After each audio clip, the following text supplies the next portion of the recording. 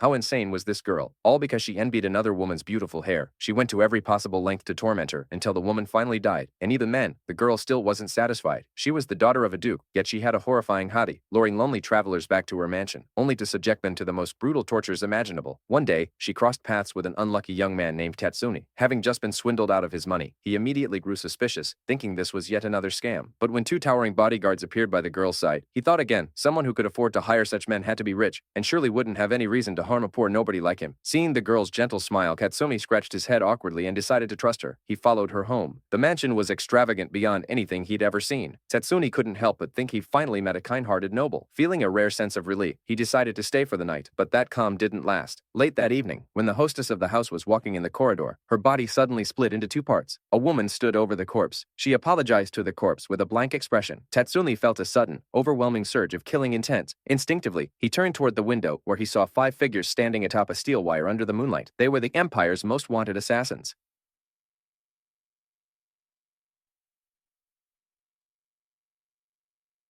Night Raid had come for them, and Tatsumi immediately sensed that things had taken a dire turn. He had to protect the girl and her family, but Night Raid's numbers were far too powerful. Among them was a black-haired girl wielding the cursive blade Morrisane, a sword so deadly that even a single cut would send the poison curse coursing through the victim's veins, killing him instantly. Meanwhile, the girl's father was slaughtered by a beast-like assassin. Tatsumi barely managed to keep up. Finally reached the only one still alive, the girl herself. He swore to protect her with his life, but before he could act, the black-haired girl descended from above like a shadow. Her movements were terrifyingly swift and precise. Even on guard stood no chance. They were cut down before they could even pull the traitor. The girl screamed and fell to the ground in fear, trembling. Tatsumi stepped in front of her, sword in hand, ready to defend her with everything he had. But the black-haired girl's strength was overwhelming. With a single strike, he pierced through Tatsuhi's chest, right where his spark should have been. He should have died instantly from both the wound and the curse. With the protective charm he carried near his heart absorbed the fatal blow, saving his life by sheer luck. The black-haired girl knew hesitation meant defeat. Without a moment's pause, she raised her blade for another strike, but before she could deliver the finishing blow, her comrade, Leon, intervened.